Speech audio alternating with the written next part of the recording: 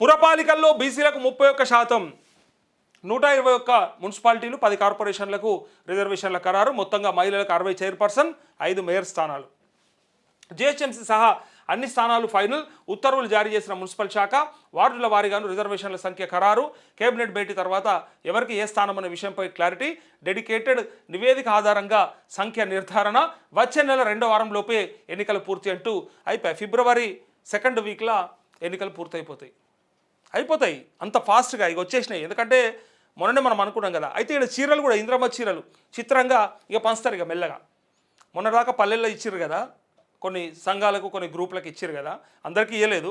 అట్లా ఇలా అక్కడ కూడా ఎక్కడ మున్సిపాలిటీలలో కూడా మెల్లగా ఇక బయలుదేరుతాయి. ఇక ఎన్నికల కోడ్ అంటే నోటిఫికేషన్ వచ్చేలోపు ఇక బయలుదేరుతారు. ఇక మళ్ళీ ఇక మొత్తం మున్సిపాలిటీలలో చీరలు పంచేస్తారు. ఇక అయితే ఇప్పుడు ఇక చీరలకే ఓట్లేస్తుర్రా అన్న, మరి ఎట్లా అంటే ఇక అధికార పార్టీ ఎన్ని కథలు పడుతుంది, ఎన్ని వేషాలు వేస్తారు ఆ నాయకులు, ఎంతగానం ఆ ఓట్లల్లో పైసలు పంచుతారు, ఇవన్నీ కూడా చూస్తాం. ఊర్లలోనే 1000 కోట్లు అయినాయి అంటే ఇక పట్టణాలలో ఎన్ని పంచుతారు ఏందనేది మనమే చూస్తాం, మనమే చెప్తాం ఆ వార్త. మున్సిపల్ ఎన్నికల నిర్వహణలో భాగంగా మరో కీలక ఘట్టం ముగిసింది. ఇప్పటికే ఓటర్ల జాబితాను ఎన్నికల సంఘం ఖరారు చేయగా తాజాగా రిజర్వేషన్లను మున్సిపల్ శాఖ ఫైనల్ చేసింది. రాష్ట్రంలో 131 పట్టణ స్థానిక సంస్థలు అంటే 10 కార్పొరేషన్లు, 121 మున్సిపాలిటీలు ఉన్నాయి. మొత్తం 10 కార్పొరేషన్లు ఉన్నాయి, 121 మున్సిపాలిటీలు ఉండగా వాటన్నింటికి రిజర్వేషన్లు ఖరారయ్యాయి. ఈ మేరకు బుధవారం మున్సిపల్ శాఖ కార్యదర్శి టీకే శ్రీదేవి మున్సిపల్ రిజర్వేషన్ల వివరాలను అధికారికంగా ప్రకటించారు. మేయర్, మున్సిపల్ చైర్మన్, కౌన్సిలర్, కార్పొరేటర్లలో ఏ వర్గానికి ఎన్ని సీట్లు కేటాయించనున్నారో మున్సిపాలిటీలు, కార్పొరేషన్ల వారీగా ప్రకటించారు. ఈ సమాచారాన్ని ఆయా కలెక్టర్లు మున్సిపాలిటీలకు అందించారు. ప్రస్తుతం ఎన్నికలు జరగని గ్రేటర్ హైదరాబాద్, గ్రేటర్ వరంగల్, సిద్దిపేట, ఖమ్మం లాంటి వాటన్నింటికీ కలిపి అని చెప్పి ఇక్కడ మొత్తానికి రిజర్వేషన్ల ఖరారు ఎట్లా ఉందో ఒకసారి చూడండి.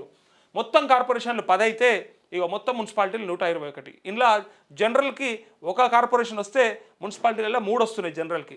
మహిళకి ఇగో ఇక్కడ కార్పొరేషన్లు 0 అయితే ఇక్కడ అంటే ఎస్టీకి సంబంధించింది ఇది. ఎస్టీలకి 0 అయితే ఇక్కడ మున్సిపాలిటీలలో అయితే 2 వస్తూ ఉన్నాయి. అయితే ఇక్కడ ఎస్సీకి వచ్చేసరికంటే జనరల్కు 1, అట్లే ఎస్సీ మహిళకు వచ్చేసి 0 ఏది కార్పొరేషన్లలో.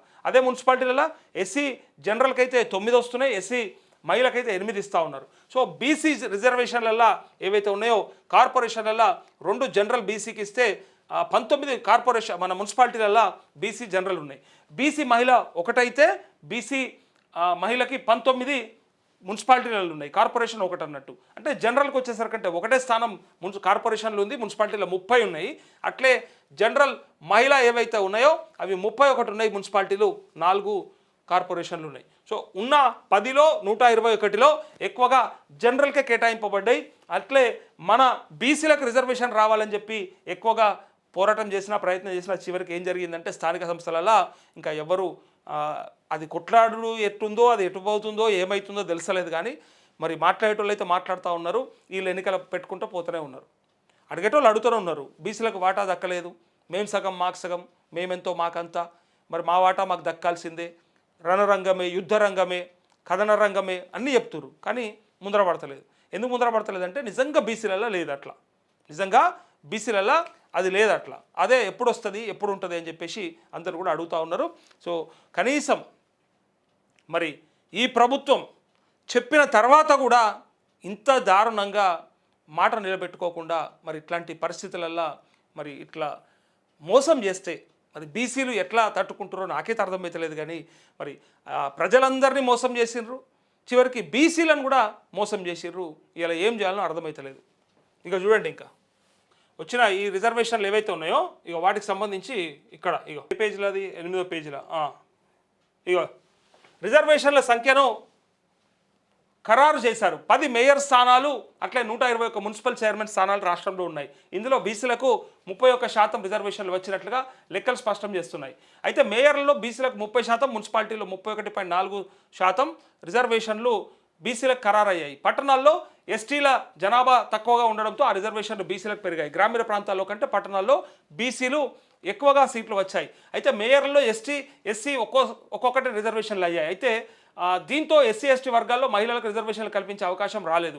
మేయర్లలో 50% మహిళలకు రిజర్వేషన్ కల్పించాల్సి ఉన్నందున జనరల్ స్థానాల్లో మహిళలకు 4 మేయర్ స్థానాలు ఖరారు చేయాల్సి వచ్చింది. అయితే ఇక్కడ చూడండి, 4 మేయర్ స్థానాలు 4 స్థానాలు కేటాయించామని అధికారులు చెప్తున్నారు. ఇప్పటికే పట్టణాలకు సంబంధించిన డెడికేటెడ్ కమిషన్ నివేదిక ప్రభుత్వానికి అందడంతో రిజర్వేషన్లను సంఖ్యను ఖరారు చేశారు. ఈ నెల 18న కేబినెట్ సమావేశం మేడారంలో జరగనుంది. అందులో ఏ మున్సిపాలిటీ, ఏ కార్పొరేషన్, ఏ వర్గానికి రిజర్వ్ చేయాలో చర్చించి తేదీని ఖరారు చేసే అవకాశం ఉందని సమాచారం. అయితే అందుకు అనుగుణంగా అధికారులు రిజర్వేషన్ల జాబితాను ప్రకటిస్తారని తెలిసింది. మొత్తంగా ఫిబ్రవరి 2వ వారంలోపే మున్సిపల్ ఎన్నికల ప్రక్రియను పూర్తి చేసేందుకు ప్రభుత్వం కృతనిశ్చయంతో ఉన్నట్లుగా ఇక్కడ కనిపిస్తోందంటూ సమాచారం. ఇందుకు అనుగుణంగా ఈ నెల చివరి వారం కల్లా నోటిఫికేషన్ వస్తుందని 121 మున్సిపాలిటీలు 60 స్థానాలకు మహిళలకు రిజర్వ్ చేశారు. అయితే 61 స్థానాలను ఎస్సీ, ఎస్టీ, బీసీలో జనరల్ కేటాయించారు. ఓటర్ జాబితా కూడా సిద్ధమైపోయిందట. మున్సిపల్ పోరులో కీలకమైన ఓటర్ జాబితాను ఎన్నికల కమిషన్ సిద్ధం చేసింది. ఈ నెల 12న వార్డులు అట్లే డివిజన్ల వారీగా తుది జాబితాను ఇప్పటికే ప్రకటించింది. 16న పోలింగ్ కేంద్రాల వారీగా తుది జాబితాను ప్రకటించనున్నారు. అనంతరం పోలింగ్ కేంద్రాలను ఖరారు చేస్తారు. ప్రస్తుతం ఎన్నికలు జరిగే 123 మున్సిపాలిటీలు, కార్పొరేషన్లో 52.43 లక్షల ఓటర్లు ఉన్నట్లు గుర్తించారు. ఇందులో పురుషులు 25.62 లక్షల, మహిళలు 26.80 లక్షలు, అట్లే ఇతరులు 640 ఉన్నట్లుగా ప్రకటించారు. వీరి కోసం 8195 పోలింగ్ స్టేషన్లను కూడా ఏర్పాటు చేస్తారని, ఎన్నికలను బ్యాలెట్ విధానంలో జరుపుతున్నారంటూ ఇక్కడ మొత్తానికైతే నెక్స్ట్ మంత్ సెకండ్ హాఫ్ అంటే లోపు 15 తారీఖు లోపు ఎన్నికలు అయిపోతాయి. అంటే 2వ వారం అయిపోయే లోపే సో అయిపోతున్నాయి, ఒకటొకటి ఎన్నికలు అయిపోతున్నాయి. ఇక బీసీలై మరి రిజర్వేషన్లు అయితే గంగల కలిసినాయి. దాని గురించి ఎవరు అడుగుతారో, ఎవరు మాట్లాడతారు, ఎవరు కొట్లాడతారు అనేది కూడా ఇలా ప్రశ్న అయిపోయింది. అదొక పెద్ద ప్రశ్న అయిపోయింది. ప్రభుత్వం అయితే మోసం చేసింది. స్థానిక సంస్థలలో రిజర్వేషన్లు పెంచుతాం, ఇస్తాం అనేవన్నీ కూడా గంగల కలిసిపోయినాయి. ఇక దీని గురించి మరి పోరాటం చేస్తారా, మరి ఆరాట పడుకుంటూనే పోతారా, మరి ఎన్ని రోజులు ఈ ఆరాటం నాకు తెలియదు. కానీ ఇక్కడ నిజంగా నిలువున మోసం చేసిర్రు. ఇక దీనికోసానికి ఇక పాల ప్యాకెట్లు జించి పోసొచ్చిర్రు రేవంత్ రెడ్డి ఫోటో వాళ్ళకి. ఇక మరి అంతగానం సంతోషపడుతుంది, జర్రంతా ఇయ్యంగానే ఉబ్బి తబ్బిబ్బి అయిపోతుంది, ఎగిరెగిరి పడుతుంది, అయిపోయా మనకు వచ్చేసే రిజర్వేషన్లని. ఇక రేవంత్ రెడ్డి అంత మొగోడు లేడు, రేవంత్ రెడ్డి అంత గొప్పవాడు లేడు అని చెప్తారు మీరే. రేవంత్ గౌడ్ అయిపోయిండని చెప్తారు. అసలు రేవంత్ రెడ్డి కాదు, ఆయన గౌడ్ కూడా అయిపోయిండు. పేరుకే రెడ్డి కానీ ఆయన బహుజన బిడ్డ అన్నట్టుగా మాట్లాడుతుంది. ఇలా బహుజన బిడ్డ మరి ఎంత అవకాశం ఇచ్చిండో ఇలా చూడురు ఒకసారి కనిపిస్తూ ఉంది.